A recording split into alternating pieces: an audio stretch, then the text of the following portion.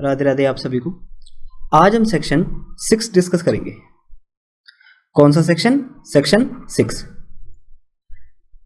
क्या कहता है जी section 6? Relevancy of facts forming part of same transaction. Facts which though not in issue are so connected with fact in issue as to form part of the same transaction are relevant whether they occurred at the same time and place or at different times and places। तो क्या कहता है जी section? आइए समझते हैं इसको। Facts जो इश्यू में नहीं है,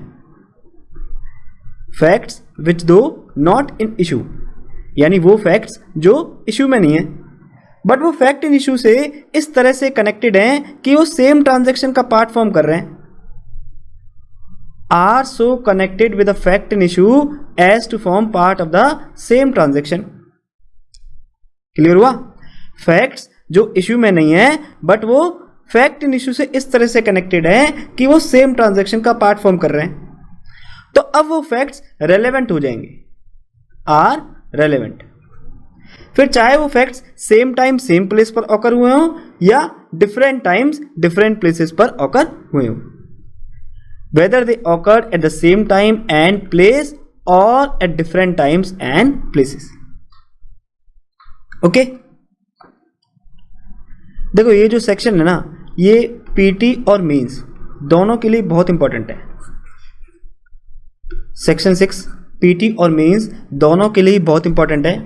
स्पेशली मेंस में तो 90% चांसेस रहते हैं कि इस सेक्शन से एक थ्योरेटिकल क्वेश्चन बना के आपको दे दिया जाएगा, ठीक है। और कभी कभी इस सेक्शन से रिलेटेड आपसे टेक्निकल क्वेश्चन भी पूछा जा सकता है। ओके, तो चलिए इस सेक्शन का थोड़ा सा डेप्थ में समझते हैं। देखो आप एक बात याद रखना, फैक्ट एंड इशू के जस्ट बाद, फैक्ट एंड इशू के जस्ट पहले और फैक्ट एंड इशू के दौरान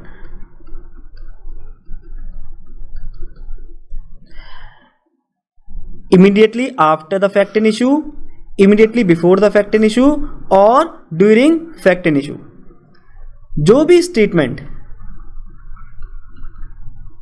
कही गई हैं, जो भी चीजें देखी गई हैं, जो भी चीजें सुनी गई हैं और जो भी एक्ट किए गए हैं,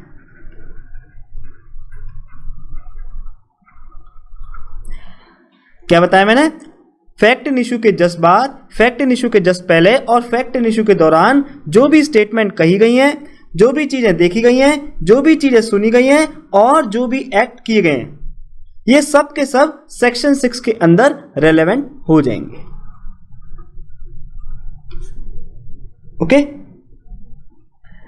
एग्जाम्पल समझते हैं इसको। जैसे सपोज करके चलिए ए ने बी को एक मार्केट प्लेस में गोली मार दी जी, ठीक है। अब एक्स वाई जेड ने इस क्राइम को विटनेस कर लिया। एक्स वाई जेड जो थे वो तीनों उस समय मार्केट प्लेस में मौजूद थे और इन्होंने ए को बी को गोली मारते हुए देख लिया। तो फैक्ट इश्यू क्या है कि क्या ए ने बी को गोली मारी है ना भाई। जब ट्रायल चलेगा कोर्ट के अंदर तो फैक्ट इश्यू यही बनेगा कि क्या ए ने बी को गोली मारी है। तो अब देखो, अभी हमने क्या पढ़ा था कि फैक्ट इश्यू के जस्ट बाद, फैक्ट इश्यू के जस्ट पहले और फैक्ट इश्यू के दौरान जो भी स्टेटमेंट कही गई है वो सब सेक्शन 6 के अंदर रेलेवेंट हो जाएगी। ओके, तो चलिए अब हम बस इसको लेकर समझ लेते हैं, फिर बाकी सारी चीजें आप खुद ही इंप्लाइडली समझ जाओगे, ठीक है। तो देखो सपोज करके चलिए बी को गोली मारने से पहले ए ने बी को कहा था कि आज तुझे मार के मैं अपना बदला पूरा कर लूंगा, ठीक है।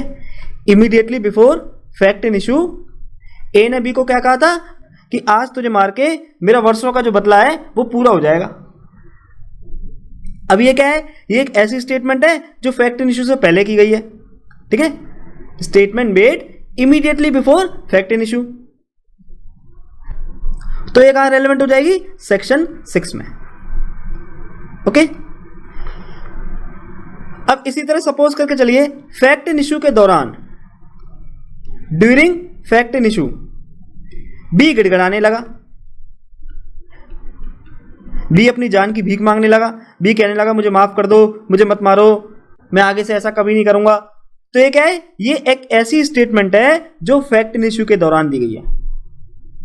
ठीक है, तो इसलिए अभी ये स्टेटमेंट कहां रेलेवेंट हो जाएगी, सेक्शन 6 के अंदर।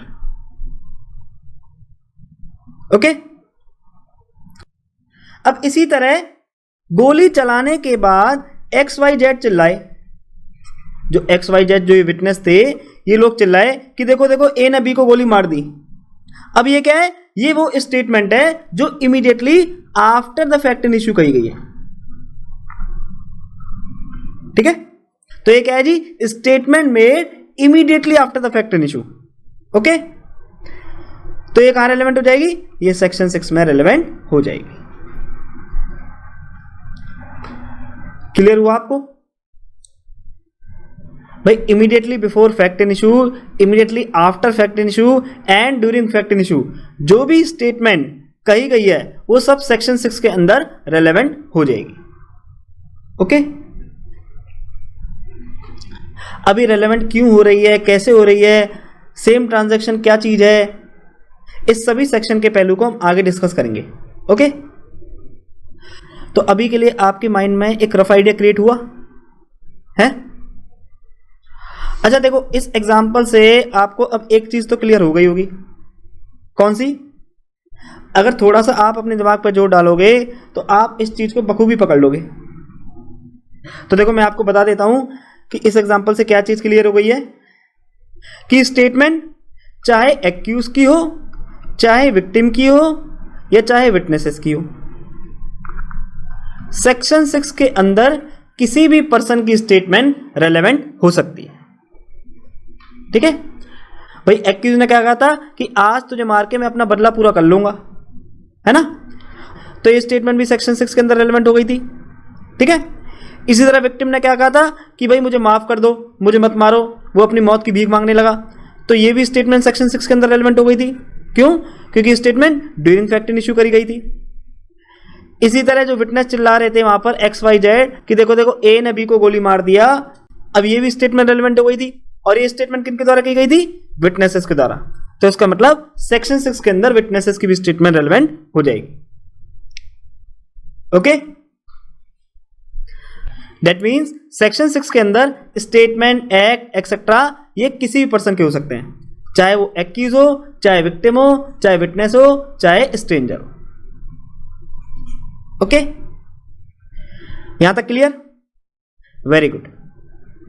अब देखो मैंने इस एग्जांपल में केवल एक ही पहलू को लेकर आपको चीजें समझाई हैं, स्टेटमेंट को लेकर। ठीक है, बाकी की जो चीजें हैं वो आप इंप्लाइडली कर लोगे जब हम पूरा सेक्शन आपके साथ डिस्कस कर लेंगे। ओके, अब चलिए सेक्शन 6 को अच्छे समझते हैं, एग्जांपल के थ्रू ही समझेंगे। सपोज करके चलिए ए ने मार्केट प्लेस में XYZ के सामने बी को स्टैब कर दिया। ठीक है, ए ने मार्केट प्लेस में XYZ के सामने बी को स्टैब कर दिया। अब जैसे ही ए ने स्टैब किया, XYZ चिल्लाते हैं देखो देखो ए बी को चाकू से मार रहा है। अब जो बी है वो गिड़गिड़ाने लगता है, वो कहता है कि जी मुझे छोड़ दो, मुझे मत मारो, मैं आगे से ऐसा कभी नहीं करूंगा, इस तरीके से। अब XYZ तीनों ए को पकड़ने के लिए उसकी तरफ भागते हैं। XYZ तीनों ए को पकड़ने के लिए उसकी तरफ भागते हैं। अब मौका देखकर बी वहां से भागने लगता है। अब ए जैसे ही बी को भागते हुए देखता है, वो अपनी पिस्टल निकाल के बी पर पीछे से फायर कर देता है। ठीक है भाई, XYZ ए के पीछे भागने लगते हैं। अब जैसे ही ए का ध्यान XYZ की तरफ जाता है, बी मौका पाके वहां से भागने लगता है। अब ए क्या करता है, ए अपनी राइफल निकाल के पीछे से बी पर शूट कर देता है। अब बी की पीठ पर गोली लगी है जी, पर बी अब भी अपनी जान बचाने के लिए कंटिन्यूअस दौड़ रहा है। ठीक है, बी की पीठ पर गोली लगी है, पर बी अभी भी अपनी जान बचाने के लिए कंटिन्यूअसली दौड़ रहा है। अब पास में पुलिस स्टेशन होता है, बी भागता हुआ वहां पहुंचता है और पुलिस ऑफिसर को सब कुछ बता देता है। यहां पास में एक पुलिस स्टेशन है, अब बी भागते हुए यहां पर पहुंचता है और पुलिस वाले को सारी चीजें बता देता है। ठीक है, अब देखिए जी, ये जो सारे के सारे फैक्ट्स हैं, ये कैसे फैक्ट्स हैं?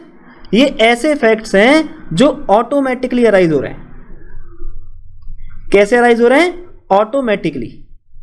ठीक है, यानी स्वतः ही अराइज हो रहे हैं। जैसे बी का ए के आगे गिड़गिड़ाना, एक्स वाई जेड का चिल्लाना कि देखो ए बी को मार रहा है, बी का भागते भागते पुलिस स्टेशन पहुंचना। तो ये सारे फैक्ट्स कैसे हैं? ये सारे फैक्ट्स ऐसे हैं जो ऑटोमेटिकली अराइज हो रहे हैं, यानी ये सब नेचुरली अराइज हो रहे हैं, या फिर ये सब अनडिजाइंड है। ठीक है भाई, आप खुद बताइए, क्या कोई पर्सन चीखे मारने के लिए तैयारी करता है? भाई, क्या एक्स वाई जेड चीखे मारने के लिए घर से प्लान करके निकले थे कि आज कुछ भी हो जाए हम चीखे मारेंगे? नहीं ना। ये कैसा एक्ट था? एकदम इमीडिएट एक्ट था, एक्साइटमेंट से भरा हुआ, कि जैसे ही एक्स वाई जेड ने ए को बी को चाकू से मारते हुए देखा, इन तीनों के मुंह से एकदम से अपने आप ही एक्साइटमेंट में एक चीख निकली। यानी एक्स वाई जेड के मुंह से चीख निकली है, ये कैसा एक्ट है? ये ऑटोमेटिक एक्ट है, या ये फिर नेचुरल एक्ट है। ओके, इसी तरह आप मेरे को बताइए, क्या कोई पर्सन गिड़गिड़ाने के लिए तैयारी करता है? भाई, क्या भी आज घर से ये सोच के निकला था कि आज कुछ भी हो जाए मैं तो गिड़गिड़ाऊंगा? नहीं करता ना। तो बी का ए के आगे गिड़गिड़ाना, ये कैसा एक्ट है? ये एक नेचुरल एक्ट है, अनडिजाइंड एक्ट है। ठीक है, ऑटोमेटिक एक्ट है। भाई, कॉमन सेंस है, जब कोई पर्सन आपके आगे पिस्तौल रख देगा तो तीन ही चीजें होंगी, या तो आप कंटिन्यूसली भागोगे, या फिर आप अपने प्राइवेट डिफेंस यूज करोगे, या फिर आप उसे अपनी जान की भीख मांगोगे। ठीक है, इन तीन चीज के अलावा मेरे को नहीं लगता कोई चौथी चीज एग्जिस्ट कर सकती है। तो ये तीनों के तीनों एक्ट कैसे हैं? ऑटोमेटिक एक्ट है, नेचुरल एक्ट है। ठीक है, यानी ये सारे के सारे फैक्ट्स ऑटोमेटिकली होते चले गए, यानी चीजें जो हैं वो स्पॉन्टेनिटी के साथ होती चली गई। स्पॉन्टेनिटी मतलब बिना पूर्व तैयारी के। ठीक है, आ रही है बात समझ में? भाई, एक्स वाई जेड का चिल्लाना, बी का ए के आगे गिड़गिड़ाना, ये सारे फैक्ट्स कैसे हैं? ये सारे फैक्ट्स ऐसे हैं जो कि स्पॉन्टेनिटी के साथ अराइज हो रहे हैं, यानी बिना पूर्व तैयारी के ऑटोमेटिकली या नेचुरली बस होते ही चले जा रहे हैं। है ना? क्लियर हुआ यहां तक आपको? ठीक है, अच्छा, अब आप एक चीज ध्यान से देखो, ये सारे जो फैक्ट्स हैं वो सेम ट्रांजैक्शन में ऑकर हो रहे हैं। ठीक है, ये जो सारे फैक्ट्स हैं कौन कौन से? कि भाई ए का बी पर वार करना, बी का ए के आगे गिड़गिड़ाना, एक्स वाई जेड का चिल्लाना कि देखो देखो ए बी को मार रहा है, बी का वहां से बच के भाग निकलने की कोशिश करना, बी का फिर वहां से पुलिस स्टेशन की तरफ दौड़ना। तो ये जो सारे एक्ट्स हैं ये सेम ट्रांजैक्शन में ऑकर हो रहे हैं, है ना? सेम ट्रांजैक्शन का मतलब क्या होता है? वही सेम ट्रांजैक्शन का मतलब वही तो होता है कि जो ट्रांजैक्शन की कंटिन्यूटी है वो ब्रेक ना हुई हो, है ना? जैसे ए का बी पर अटैक करना, बी का गिड़गिड़ाना, एक्स वाई जेड का चिल्लाना, बी का पुलिस स्टेशन की तरफ भागना, ये जो सारी की सारी चीजें हैं ये एक ट्रांजैक्शन में ही तो ऑकर हो रही हैं। भाई, बिना ब्रेक के ही तो सारी की सारी चीजें ऑकर हो रही हैं। आप कनेक्ट कर पा रहे हो ना? यहां ट्रांजैक्शन कोई ब्रेक थोड़ी ना हुआ है। ठीक है, कनेक्ट कर पा रहे हो ना आप? अब देखो, सेक्शन ने क्या कहा जी? सेक्शन ने स्टेट किया फैक्ट्स जो कि इश्यू में तो नहीं है, पर वो फैक्ट इन इश्यू के साथ इस तरीके से कनेक्टेड हैं कि वो सेम ट्रांजैक्शन का पार्ट फॉर्म कर रहे हैं, तो अब वो फैक्ट्स रेलेवेंट हो जाएंगे, है ना? फिर चाहे वो fact same time same place पर ऑकर हुए या डिफरेंट टाइम डिफरेंट प्लेसेस पर ऑकर हुए। ओके, अब आप खुद बताइए, बी का गिड़गिड़ाना, एक्स वाई जेड का चिल्लाना, बी का पुलिस स्टेशन की तरफ भागना, क्या ये फैक्ट्स इश्यू में है? नहीं है। भाई, फैक्ट इन इश्यू क्या बनेगा? फैक्ट इन इश्यू यही तो बनेगा कि क्या ए ने बी पर चाकू से अटैक किया है, या फिर क्या ए ने बी पर गोली चलाई है ना? तो अब बी का गिड़गिड़ाना, एक्स वाई जेड का चिल्लाना, ये फैक्ट एंड इशू नहीं है ना? पर ये फैक्ट एंड इशू के साथ इस तरीके से कनेक्टेड है कि ये सब सेम ट्रांजैक्शन का पार्ट है। भाई ये फैक्ट एंड इशू के साथ इस तरीके से कनेक्टेड है कि ये सेम ट्रांजैक्शन का पार्ट है। ए का बी को स्टैप करना और ए का बी को गोली से मारना, ये क्या है? Fact and issue. अब जो बाकी के सारे फैक्ट्स हैं, बी का गिड़गिड़ाना, एक्स वाई जेड का चिल्लाना, ये फैक्ट एंड इशू के साथ इस तरीके से कनेक्टेड है कि ये सब सेम ट्रांजैक्शन का पार्ट है। ठीक है, तो इसलिए अब ये सारे के सारे फैक्ट्स सेक्शन 6 के अंदर रेलेवेंट हो जाएंगे। ओके भाई, आप खुद लॉजिक सोचिए, गिड़गिड़ाना, चीखे मारना, चिल्लाना, क्या ये सारे फैक्ट्स 5 से 55 में कहीं भी रेलेवेंट है? बताइए। 5 से 55 में, मोटिव में, प्रिपरेशन में, कंडक्ट में, क्या ये सारे फैक्ट्स कहीं भी रेलेवेंट है? नहीं है। बट चूंकि ये सेम ट्रांजैक्शन का पार्ट है, इसलिए अब ये सारे फैक्ट्स सेक्शन 6 के अंदर रेलेवेंट हो जाएंगे। ओके, क्लियर हुआ?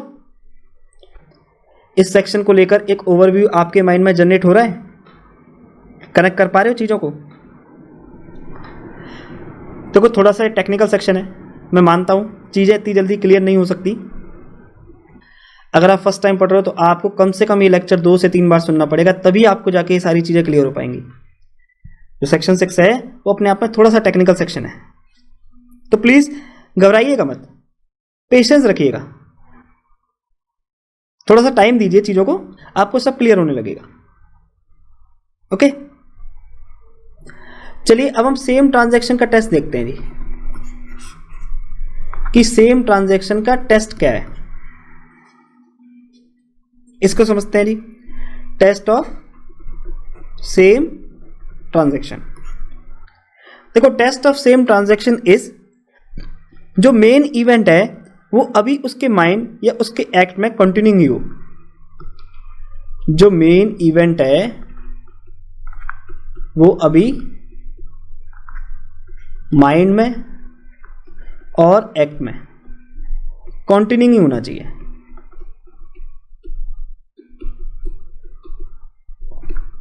दैट मीन्स मेन इवेंट क्या हुआ? फैक्ट एंड इशू या इवेंट अंडर कंसिडरेशन, जैसे ए का बी पर गोली चलाना या ए का बी पर चाकू से वार करना। ठीक है, तो ये जो मेन इवेंट है वो अभी भी विक्टिम के माइंड में और विक्टिम के एक्ट में कंटिन्यूइंग होना चाहिए। यही सेम ट्रांजैक्शन का टेस्ट है। यानी जो विक्टिम है उसको जरा भी सोचने का टाइम ना मिला हो, यानी बी के पास इतना टाइम नहीं हो कि वो सभी चीजों को प्लान कर ले। दैट मीन्स सारी की सारी चीजें कैसी होनी चाहिए? अनडिजाइंड होनी चाहिए, नेचुरली ऑकर होनी चाहिए। सिर्फ तभी वो सेम ट्रांजैक्शन में फॉल करेंगी। बिकॉज जैसे ही सोचने का टाइम मिल गया या प्लानिंग का टाइम मिल गया तो जो स्पॉन्टेनिटी है वो ब्रेक हो जाएगी।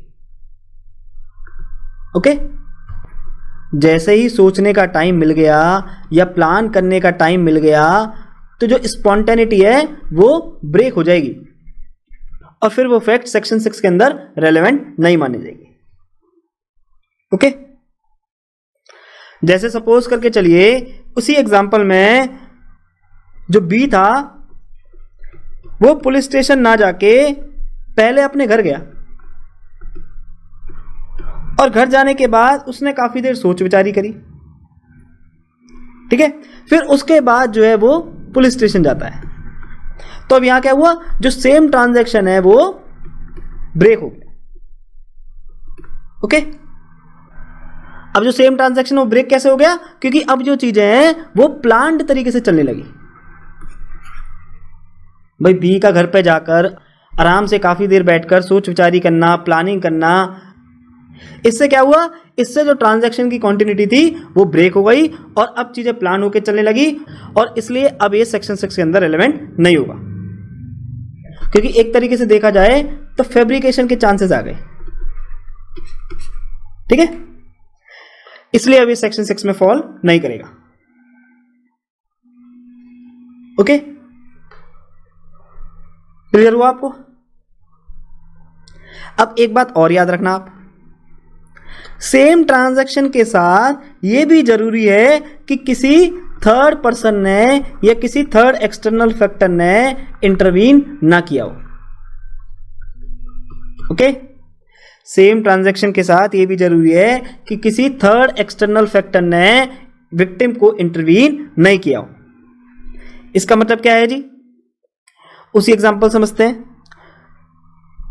जैसे सपोज करके चलिए, बी जब पुलिस स्टेशन की तरफ भाग रहा था तो रास्ते में उसे उसके कुछ रिलेटिव मिल गए। अब उन रिलेटिव ने क्या किया? अब इन रिलेटिव ने बी को गाइड कर दिया जी। इन सभी रिलेटिव ने बी को गाइड कर दिया कि पुलिस स्टेशन में जाके इस तरीके से बता देना, और ए के साथ साथ सी को भी इंप्लीकेट कर देना।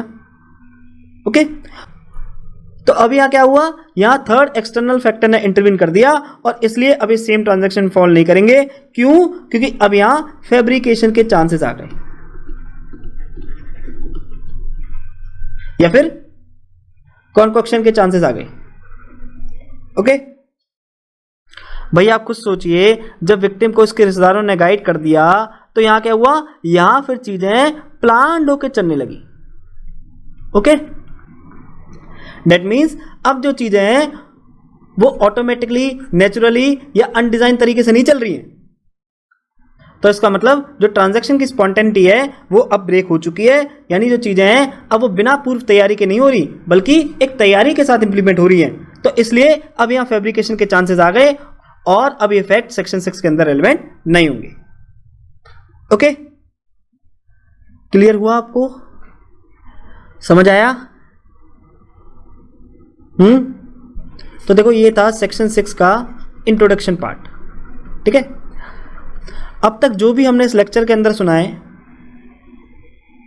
वो पूरे के पूरे सेक्शन 6 को इलेबोरेटिव तरीके से डिफाइन कर रहा है। ओके, हमने सभी तरह के एग्जाम्पल से सभी चीजों को बहुत अच्छे समझ लिया। हो सकता है आपके माइंड में अभी भी काफी कंफ्यूजन हो, काफी डाउट्स हो, वो जेन्युइन है। ठीक है, वो होना बिल्कुल ही जेन्युइन है। और यकीन मानिए, अगर आपको डाउट अराइज नहीं हो रहे हैं तो इसका मतलब कुछ गड़बड़ है। क्योंकि अगर आपने सेक्शन 6 आज से पहले कभी डिस्कस नहीं किया या कभी रेफर नहीं किया और सबसे पहली दफे आज ही इस वीडियो में सुना है और इसके बाद आपके मन में या आपके माइंड में कोई भी डाउट अराइज नहीं हो रहा, तो इसका मतलब कुछ ना कुछ गड़बड़ है। ओके, तो देखिए, चीजों को थोड़ा सा टाइम देना सीखिए, थोड़ा सा पेशेंस रखिए। सारे डाउट्स, सभी चीजें जितनी भी आपके माइंड में इस समय घूम रही हैं, एग्जिस्ट कर रही हैं, वो सब क्लियर हो जाएंगी। बस थोड़ा सा पेशेंस रखिए। ओके, सेक्शन 6 जो है वो बड़ा ही टेक्निकल है। जब तक इस सेक्शन को कम से कम 2 बार इस लेक्चर से सुनोगे नहीं, तब तक ये जो सेक्शन है आपके माइंड में अच्छे से बैठेगा नहीं। ओके, तो चलिए अब हम इस सेक्शन के थ्योरेटिकल पार्ट को डिस्कस कर लेते हैं। रेस जेस्टे, सेक्शन 6 को हम क्या कहते हैं? सेक्शन 6 को हम रेस जेस्टे कहते हैं। हालांकि कुछ लोग इसे रेस गेस्टाए भी कहते हैं, पर मैं इसको रेस जेस्टे बोलता हूं, तो आप प्लीज माइंड मत करना। ठीक है, आपको इसको रेस गेस्टाए बोलना है तो रेस गेस्टाए बोल सकते हो। चलिए स्टार्ट करते हैं। Res gestae is a English concept. जो रेस जेस्टे है वो एक इंग्लिश कंसेप्ट है। This was originally use by the Romans. ये जो रेस जेस्टे का कंसेप्ट है ये ओरिजिनली किसके द्वारा यूज किया गया था? रोमन्स के द्वारा। The term has a Latin origin which means a thing done. जो रेस जेस्टे जो टर्म है ये एक लैटिन वर्ड है जिसका क्या मतलब होता है जी? Thing done.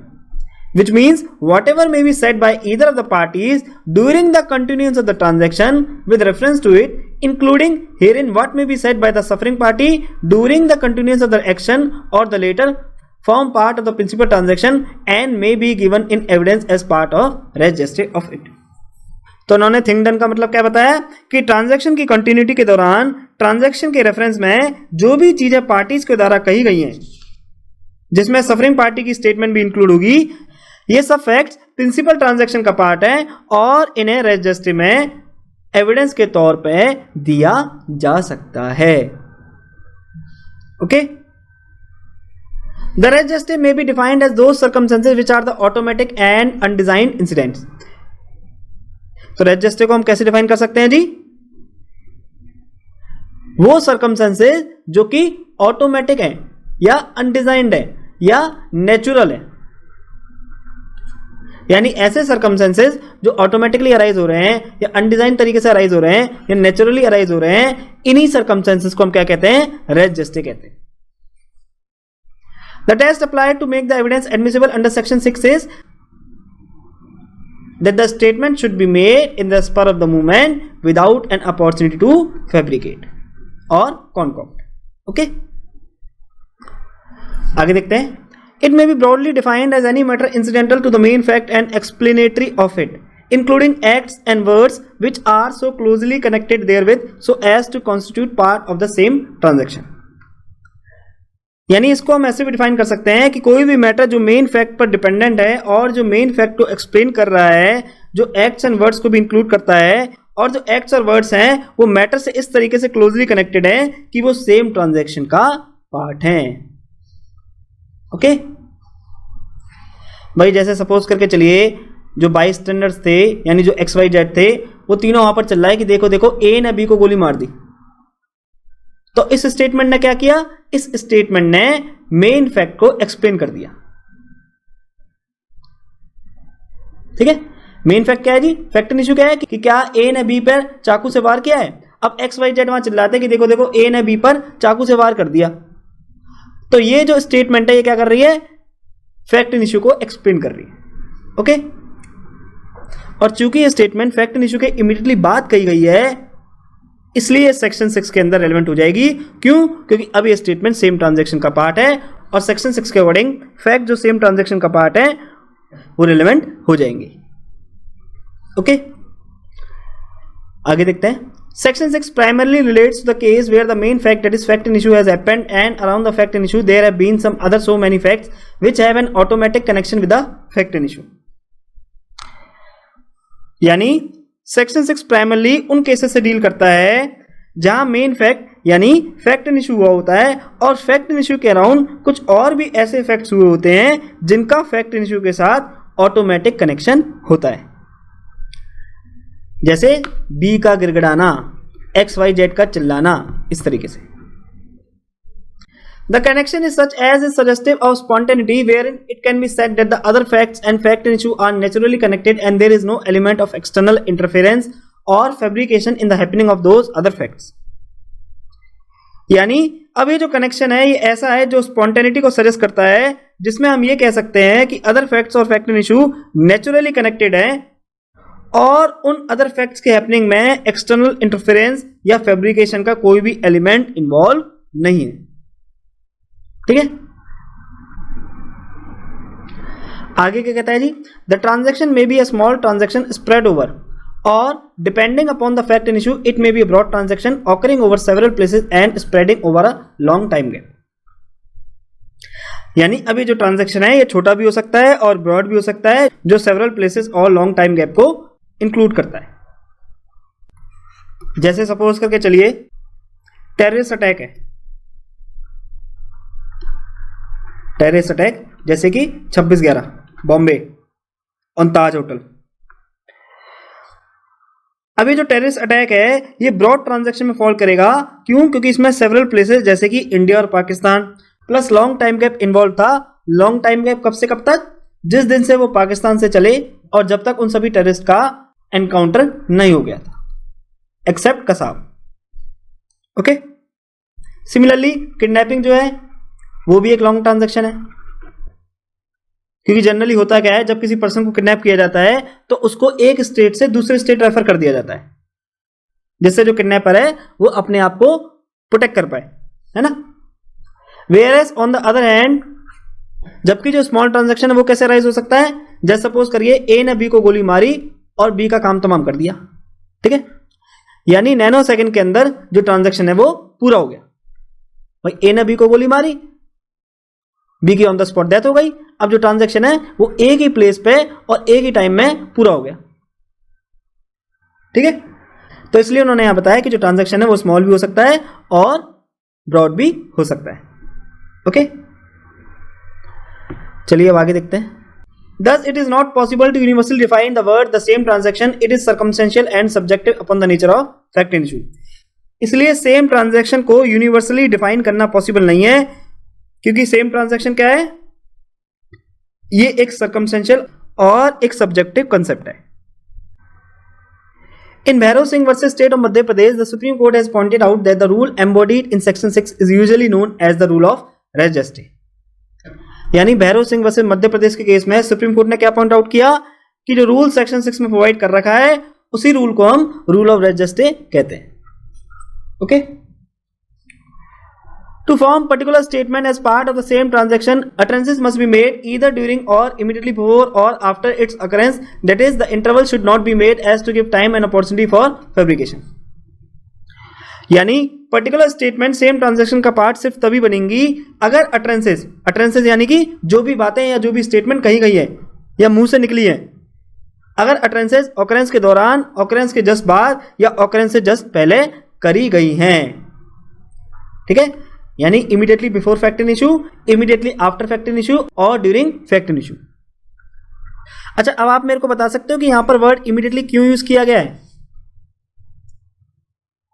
वर्ड इमीडिएटली इसलिए यूज किया गया है जिससे कि जो टाइम गैप है यानी जो इंटरवल है वो बहुत ज्यादा ना हो और फैब्रिकेशन के चांसेस इन्वॉल्व ना हो पाए। ठीक है, इसलिए बोला जाता है immediately after fact in issue, immediately before fact in issue और ड्यूरिंग फैक्ट इन इशू। क्योंकि जो वर्ड इमीडिएटली है वो क्या सजेस्ट करता है कि जो टाइम गैप है वो इतना ज्यादा ना हो या जो इंटरवल है वो इतना ज्यादा ना हो जिससे कि फैब्रिकेशन की अपॉर्चुनिटी एग्जिस्ट कर जाए।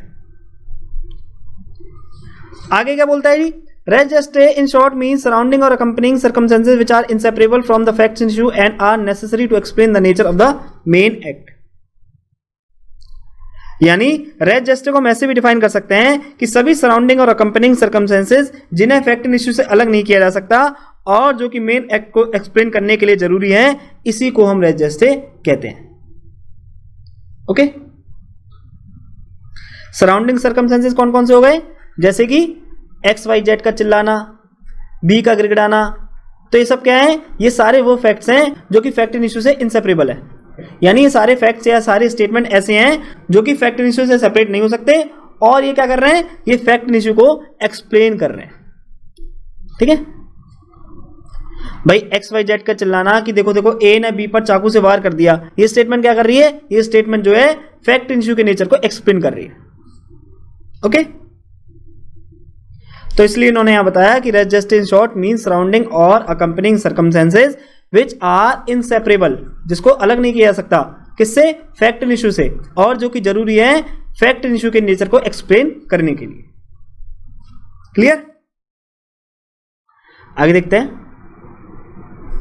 Race gestae means a fact, transaction or events which include everything which may be fairly connected with event under consideration, in short fact in issue. तो रेस जस्टे का मतलब क्या है जी? फैक्ट्स, ट्रांजैक्शन या events जिसमें सब चीजें इंक्लूड हैं जो कि फैक्ट इन इशू से फेयरली कनेक्टेड है। Section 6 to 55 all are res gestae because they are directly or indirectly connected with fact in issue. That is section 6 से लेकर 55 सभी फैक्ट्स रेस जस्टे हैं। क्यों? क्योंकि ये डायरेक्टली या इनडायरेक्टली फैक्ट इन इशू से कनेक्टेड है। बट जो मेन पार्ट है रेस जस्टे का वो सेक्शन 6 के अंदर ही कवर्ड है।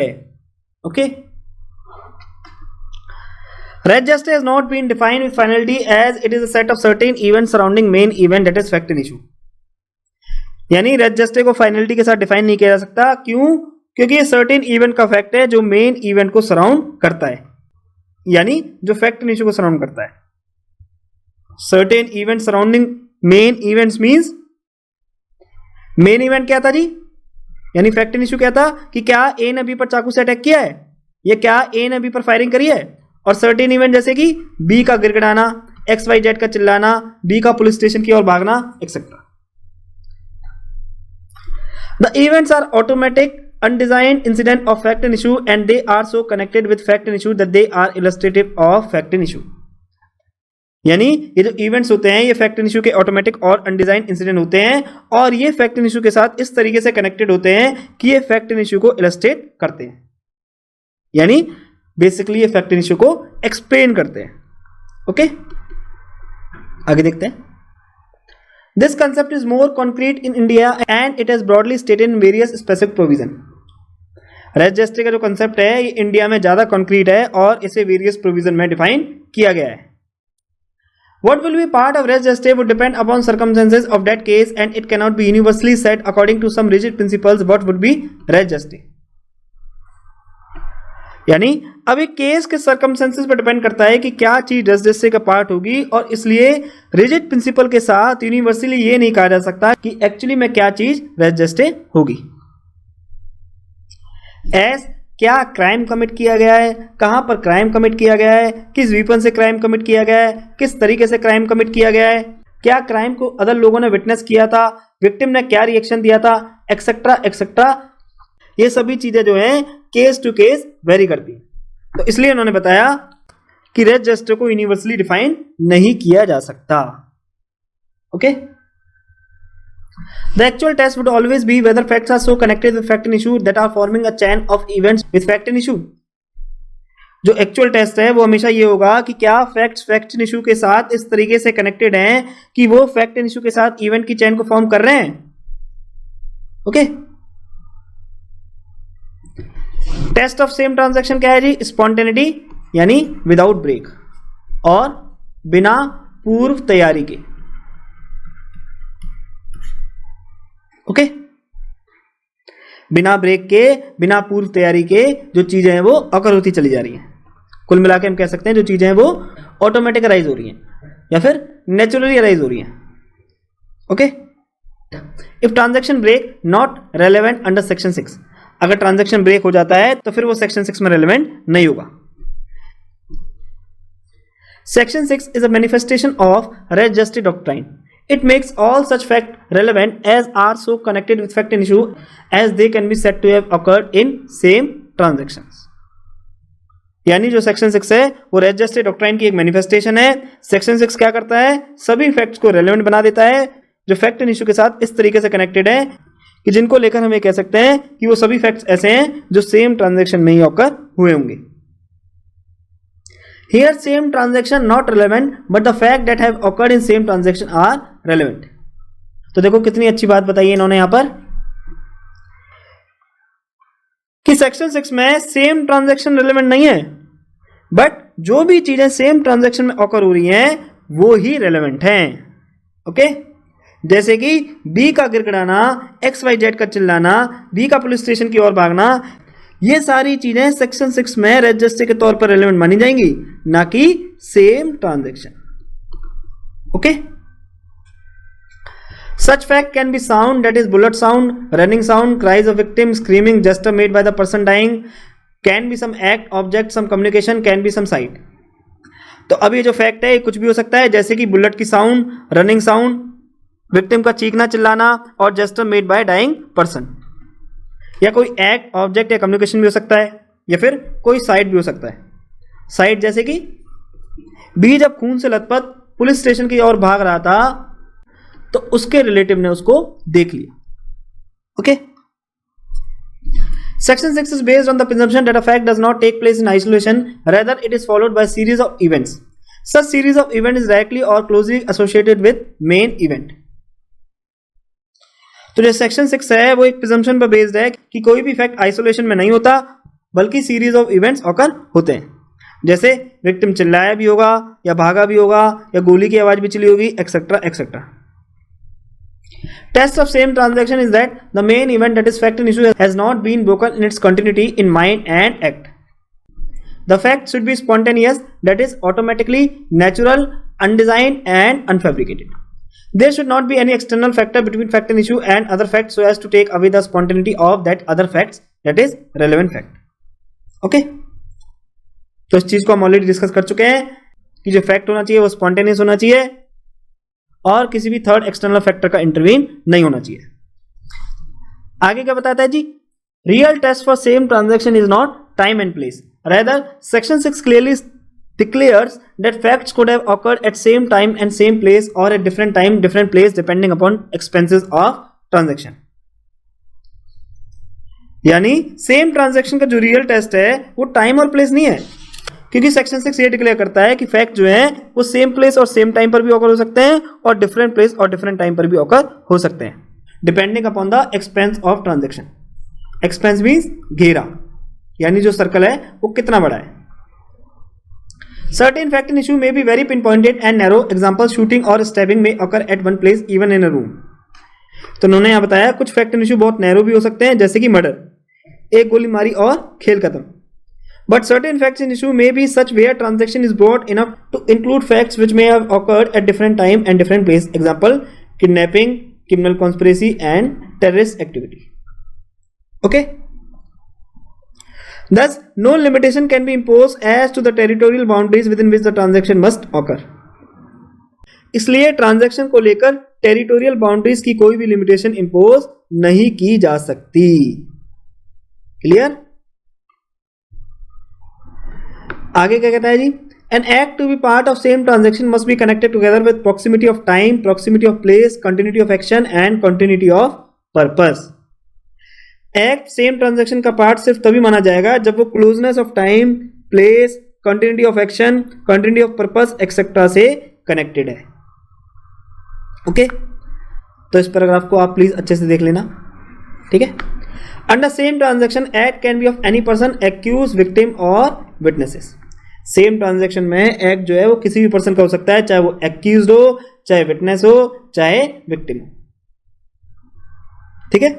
द स्टेटमेंट मेड और action has to be spontaneous and simultaneous to the main transaction. They may be made और डन बिफोर और after the main transaction, but the time gap has to be very little so as to avoid any fabrication. तो आगे इन्होंने क्या बताया, जो statement करी गई हैं या जो एक्ट्स करे गए हैं इनको मेन ट्रांजैक्शन के साथ स्पॉन्टेनियस और साइमल्टेनियस होना चाहिए, ठीक है। ये फैक्ट्स मेन ट्रांजैक्शन से पहले भी कमिट किए जा सकते हैं या मेन ट्रांजैक्शन के बाद भी कमिट किए जा सकते हैं, बट जो टाइम गैप होना चाहिए वो बहुत कम होना चाहिए जिससे कि फैब्रिकेशन के एलिमेंट को पूरी तरीके से अवॉइड किया जा सके, ओके। लेकिन अगर ट्रांजैक्शन ब्रॉड है जैसे कि किडनैपिंग, टेररिस्ट एक्टिविटी, तो ऐसे केसेस में लॉन्ग टाइम गैप भी चल जाएगा, ठीक है। यानी अगर ट्रांजैक्शन ब्रॉड है तो ऐसे केसेस में time gap is इमैटेरियल, okay. The transaction consist both of the physical acts and the words accompanying such physical acts, whether spoken by the person doing such acts, the person to whom such acts are done or any other person or persons। तो क्या कहा जी इन्होंने, transaction में दोनों तरह के facts include होंगे, that is physical as well as physical acts को अकम्पनी करने वाले वर्ड्स, फिर चाहे वो उस पर्सन के द्वारा बोले गए हों जो वो एक्ट कर रहा है जैसे कि एक्यूज्ड, या चाहे वो उस पर्सन के द्वारा बोले गए हैं जिसके अगेंस्ट वो एक्ट किया जा रहा है जैसे कि विक्टिम, या किसी और पर्सन के द्वारा बोले गए हो लाइक विटनेसेस और स्ट्रेंजर, ठीक है। Two requirements are necessary for reception of statement as part of same transaction.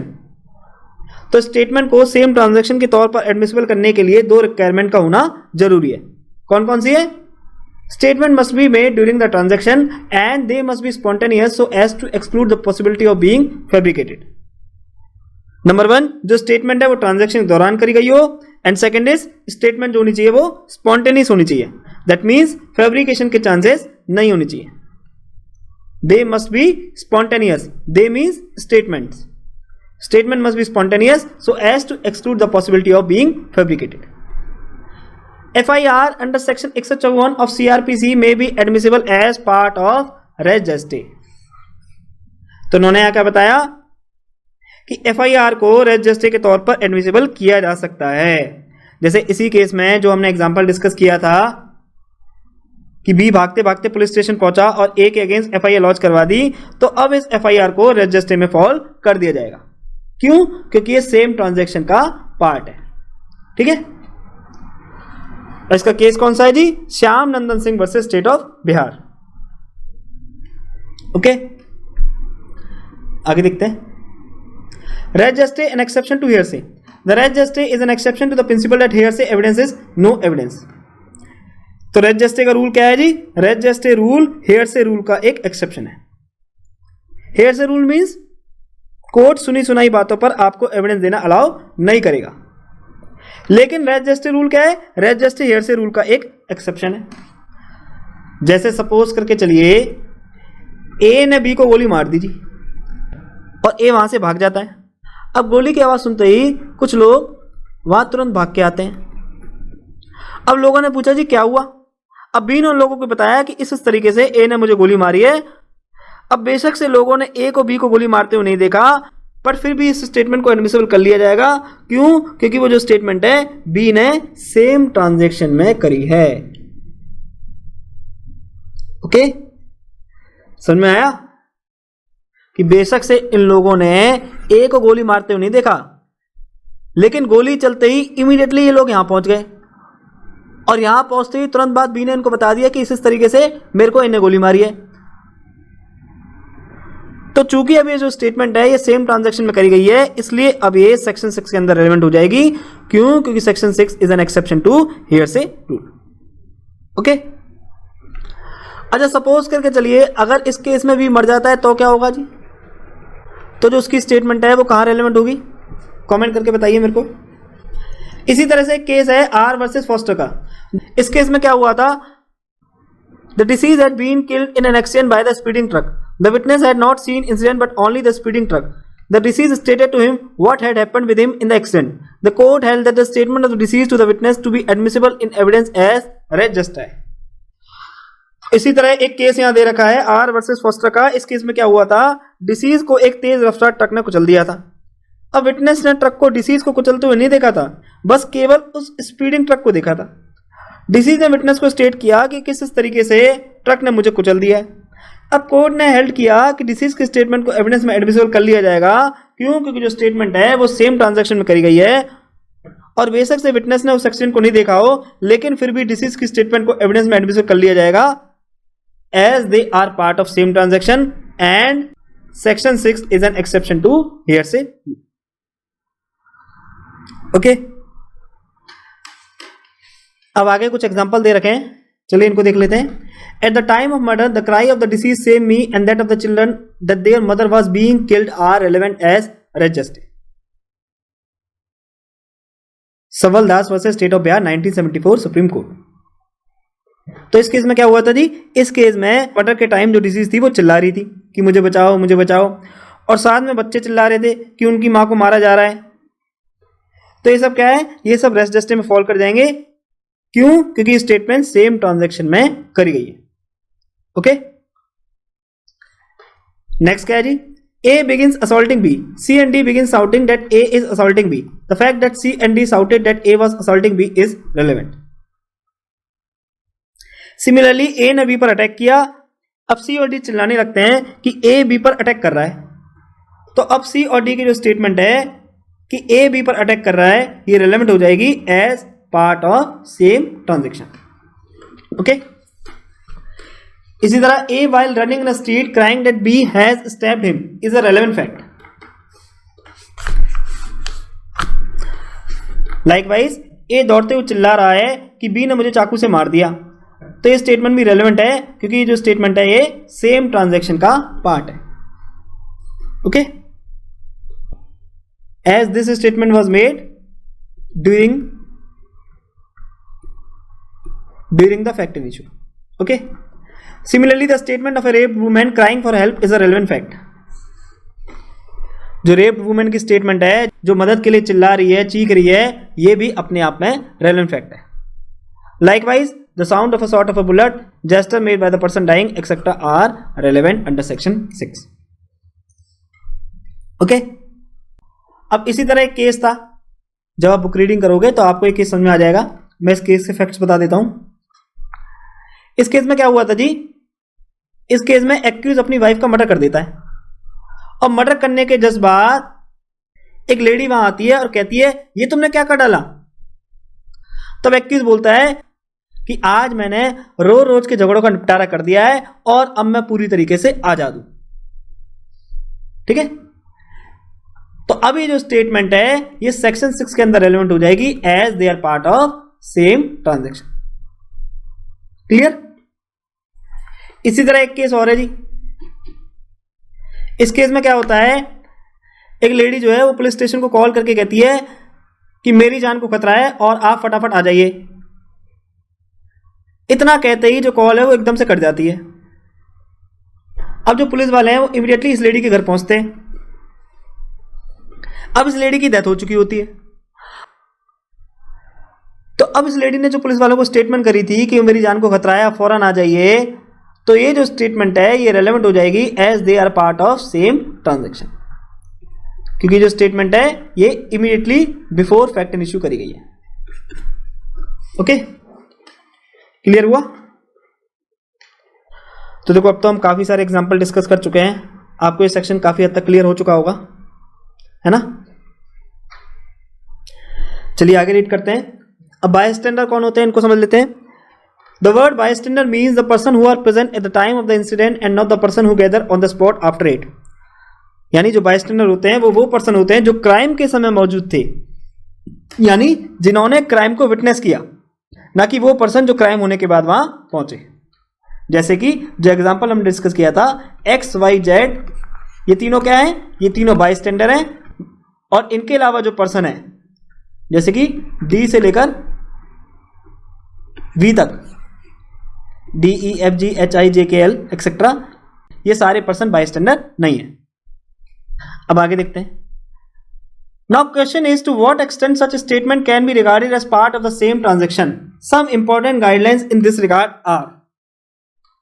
तो अब क्वेश्चन ये है कि किस हद तक वो जो स्टेटमेंट है वो सेम ट्रांजैक्शन का पार्ट मानी जाएगी।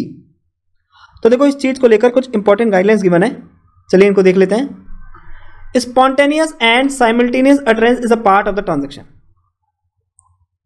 स्पॉन्टेनियस और साइमल्टेनियस अटरेंस जो है वो सेम ट्रांजैक्शन का पार्ट है। Next, statement must be contemporaneous with fact, that is statement made either during or immediately before or immediately after its occurrence.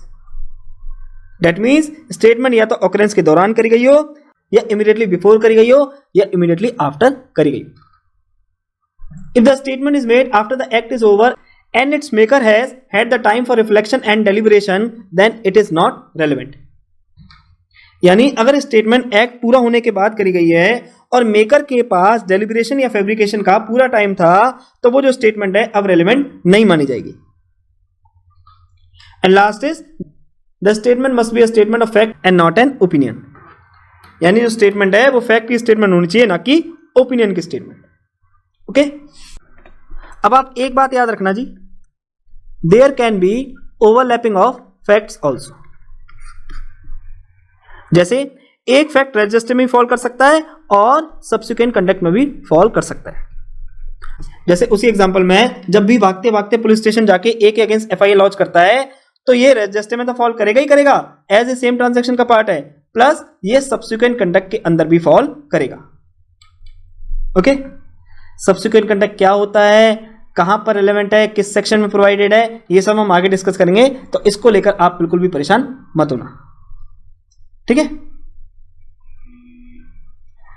अब चलिए इस सेक्शन का एक इलस्ट्रेशन डिस्कस कर लेते हैं हम। Illustration A is accused of murder of B by beating him. Whatever was said or done by A or B or the bystanders at the beating or so shortly before or after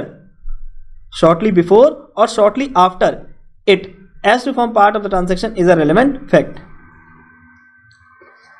तो लिस्टेशन क्या कहता है जी, ए पर accusation लगे हैं कि ए ने B की पीट कर डेथ कॉज कर दी है। अब पीटने के दौरान, पीटने से जस्ट पहले और पीटने के जस्ट बाद जो भी कुछ ए बी और बायस्टैंडर के द्वारा कहा गया है या किया गया है, वो सब सेक्शन 6 के अंदर रेलेवेंट हो जाएगा, एज वो सब सेम ट्रांजैक्शन का पार्ट है। ओके, क्लियर हुआ? अब जो बाकी के इलस्ट्रेशन है वो आप खुद से करेंगे, ठीक है। 3 इलस्ट्रेशन और है इस सेक्शन के, वो आपको खुद से करना है। अच्छा, जो स्टेटमेंट विटनेस या विक्टिम करते हैं, क्या वो स्टेटमेंट कहीं और भी रेलेवेंट हो सकती है? बताइए। जैसे बी गिड़गाने लगा कि मुझे मत मारो, मुझे माफ कर दो, इसी तरह एक्स वाई जेड चिल्लाने लगे कि देखो देखो ए ने बी को चाकू से मार दिया, तो अब आप मेरे को बताइए क्या ये स्टेटमेंट कहीं और भी रेलेवेंट हो सकती है? तो answer is yes, this statement can be admissible under section 145 और 157 फॉर कॉन्ट्रडिक्शन और कोरबोरेशन।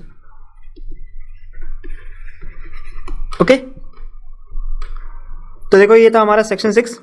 सेक्शन 6 पीटी और मेंस दोनों के लिए बहुत इंपॉर्टेंट है। चलिए अब हम सेक्शन 6 से रिलेटेड प्रीलिम्स के क्वेश्चन डिस्कस कर लेते हैं। Number 1, section 6 applies to civil as well as criminal cases. This is very important for PT में अक्सर ये क्वेश्चन पूछा जाता है कि जो सेक्शन 6 है क्या वो केवल क्रिमिनल केसेस पे अप्लाई होता है? तो answer is section 6 applies to both the cases civil as well as criminal.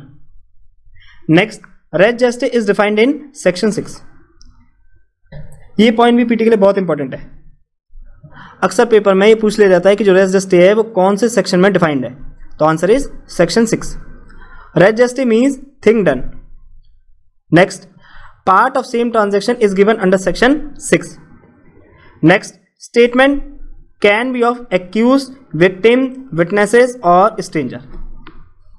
जो स्टेटमेंट है वो किसी भी पर्सन की हो सकती है, चाहे वो एक्यूज हो, विक्टिम हो, विटनेसेस हो या स्ट्रेंजर हो। Next, if the statement is a mere narration of past event then it is not relevant under section 6. Next, the words must be at least de recenti. Next, they are the acts that speak for themselves and not what the people say when talking about the event. Next, statement is of such a nature that the event speak for themselves. अब ये कुछ cases हैं जो section 6 के regarding आपको याद रखने हैं पीटी के लिए और मेंस के लिए बहुत इंपॉर्टेंट है। मेंस में आप चाहो तो अपने आंसर को सपोर्ट करने के लिए इनमें से कोई भी केस लिख सकते हो, और पीटी में तो अक्सर ही पूछ लेते हैं। इनसे रिलेटेड कोई भी केस आपको उठा के दे देंगे और पूछेंगे आपसे कि ये कौन से सेक्शन से डील करता है। तो are Gentela Rao, Sukhar versus state of UP, Ratten versus Queen and R versus Foster, ये चारों केसेस पीटी के लिए बहुत इंपॉर्टेंट है। तो ये चारों केसेस कैसे डील करते हैं? सेक्शन 6 से। आर वर्सेस फॉस्टर को हम ऑलरेडी डिस्कस कर चुके हैं और रतन वर्सेस क्यून को भी हम ऑलरेडी डिस्कस कर चुके हैं। जब आप किसी भी स्टैंडर्ड बुक से इस केस के फैक्ट्स को रीड करोगे तब आप इस चीज को ऑटोमेटिकली कनेक्ट कर लोगे। ओके, अब इसके अलावा ये जो सेक्शन का मेन पार्ट है ये प्लस इस सेक्शन की इलस्ट्रेशन, ये भी पीटी के लिए बहुत इंपॉर्टेंट है, आपको ये अच्छे से करके जानी है। ओके, तो ये था हमारा आज का लेक्चर। अगर आपको लेक्चर पसंद आया तो आप लाइक, शेयर और कमेंट जरूर कीजिएगा, और अगर आपको लेक्चर पसंद नहीं आया है तो आपको डिसलाइक करने का भी पूरा राइट है। और प्लीज आप लोग कमेंट करके अपने फीडबैक जरूर दीजिएगा, जिससे कि फ्यूचर में मैं अपने आप को और इंप्रूव कर सकूं। और अगर आप लोग चाहते हैं कि वीडियोस में किसी भी तरह का मैं चेंज करूं तो आप मुझे कमेंट करके बता सकते हैं। मैं पूरी कोशिश करूंगा चीजों को आपके अकॉर्डिंग चलाने की।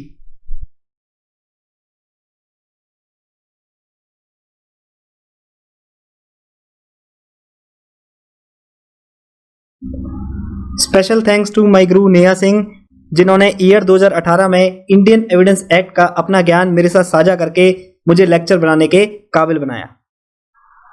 अगर आपको इस लेक्चर से कुछ सीखने को मिला है और आप मुझे कंट्रीब्यूट करना चाहते हैं तो आप मुझे कंट्रीब्यूट भी कर सकते हैं। ये है मेरा QR कोड, आप किसी भी ऑनलाइन पेमेंट एप्लीकेशन के थ्रू मुझे पेमेंट कर सकते हैं। और याद रखना, ये कंट्रीब्यूशन जो भी आप करोगे ये केवल सोसाइटी के लिए यूज किया जाएगा, जैसे कि गरीब बच्चों की पढ़ाई के लिए, उनकी शादी के लिए, गौ माता की सेवा के लिए etcetera, because I believe this contribution is by the people, of the people and for the people only.